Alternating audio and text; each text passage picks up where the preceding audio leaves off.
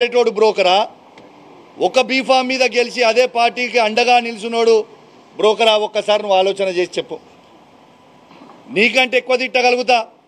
నువ్వా నేనా మొగోన్నా చూసుకుందామన్నావు. నువ్వు 65 ఏళ్ళు 70 ఏళ్ళ ముసలోనివి, నేను 39 ఏళ్ళ యువకుణ్ణి.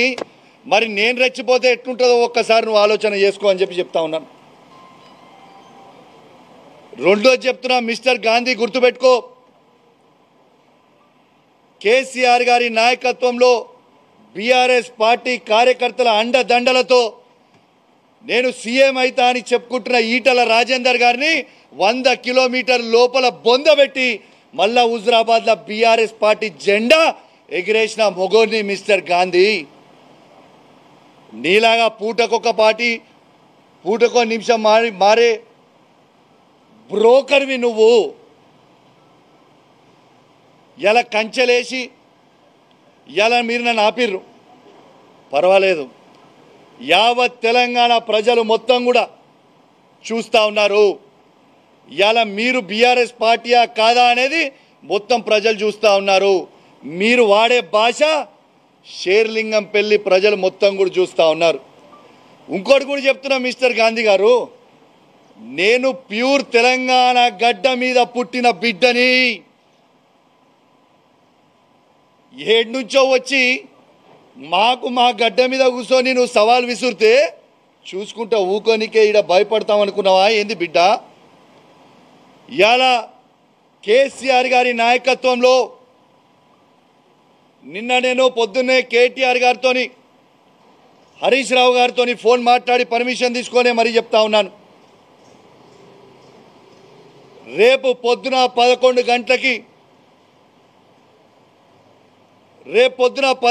గంటలకి మా మేడ్చల్ జిల్లా పార్టీ ఆఫీస్ షంబీర్పూర్ రాజు గారి నాయకత్వంలో ఆడి నుంచి మేమందరం కలిసి వేలాది మంది కార్యకర్తలు అందరం కూడా మన బీఆర్ఎస్ పార్టీ ఎమ్మెల్యే గాంధీ గారి ఇంటికి పోదామని చెప్పి సందర్భంగా తెలియజేస్తా ఉన్నాను. రేపు దయచేసి కోరుతా ఉన్నాను, బీఆర్ఎస్ పార్టీ ప్రతి కార్యకర్త, జీహెచ్ఎంసీలో ఉన్న ప్రతి కార్యకర్త, ఇలా ఉమ్మడి రంగారెడ్డి జిల్లాలో ఉన్న ప్రతి బీఆర్ఎస్ పార్టీ కార్యకర్త రేపు అందరం కలిసి 11 గంటలకి గాంధీ గారి ఇంట్లోకి ఖచ్చితంగా రేపు పోదాము. ఆడ బ్రేక్ఫాస్ట్ తిందాము, ఆడ లంచ్ తిందాము. గాంధీ గారు కండువ కప్పుకున్న తర్వాత గాంధీ గారిని తీసుకొని తెలంగాణ భవన్కి పోయి ప్రెస్ మీట్ పెట్టి అక్కడి నుంచి గాంధీ గారిని కేసీఆర్ గారి దగ్గరికి తీసుకొని పోదాం. స్వాగతం పలుకుదాం. దయచేసి కేసీఆర్ గారి మీద ఉన్న అభిమానం ఉన్న ప్రతి కార్యకర్త, కేటీఆర్ గారి మీద అభిమానం ఉన్న ప్రతి కార్యకర్త, హరీష్ రావు గారి మీద అభిమానం ఉన్న ప్రతి కార్యకర్త అందరం కూడా పెద్ద ఎత్తున రేపు ఆడికి పోదామని చెప్పి సందర్భంగా తెలియజేస్తా ఉన్నాను. రేపు 11 గంటలకి ఖచ్చితంగా 11 o'clockకి మేము రేపు షంబీర్పూర్ రాజు మన మేడ్చల్ పార్టీ ఆఫీస్ దగ్గర నుంచి స్టార్ట్ అవుతాం. ఆయన ఇల్లు అదే జిల్లా కిందికి వస్తుంది, ఆడికే పోదాం.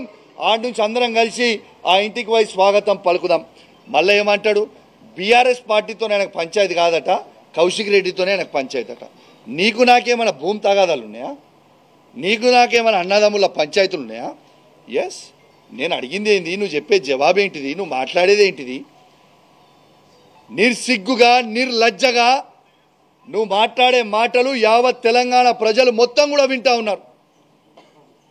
అసలు నువ్వు బీఆర్ఎస్ బీఫామ్ మీద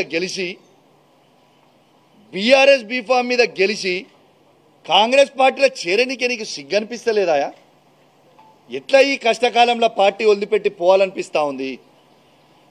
అంటే మీ వందలాది కోట్లకి అమ్ముడు పోడు, మీ భూ పంచాయతీ లేడని నియోజకవర్గంలో ఉంటే అవి పోయి సెటిల్ చేసుకోవడానికి కోసమో మీ స్వార్థం కోసం తప్పితే కేసీఆర్ గారు నీకేం తక్కువ చేసిండు, నీ నియోజకవర్గానికి ఏం తక్కువ చేసిండు? ఈ నియోజకవర్గాన్ని మొత్తం భారతదేశమే తిరిగి చూసే విధంగా అభివృద్ధి చేసిండు కదా కేసీఆర్ గారు. ఇలా ఖచ్చితంగా సరే, నువ్వు ఇంత పెద్ద మాటలు మాట్లాడుతున్నావు కదా, ప్రజాస్వామ్యంలో తన్నుకునుడు గుద్దుకునుడు పెద్ద ఇష్యూ కాదు. నిజంగా తన్నుకుందామంటే రా నువ్వు ఒక్కనివి రా నేను ఒక్కని వస్తా, ఇద్దరం తన్నుకుందాం, ఆడ తీసుకుందాం, ఎవరికో బలవంతురో చూసుకుందాం, అదేం ప్రాబ్లం ఏం లేదు.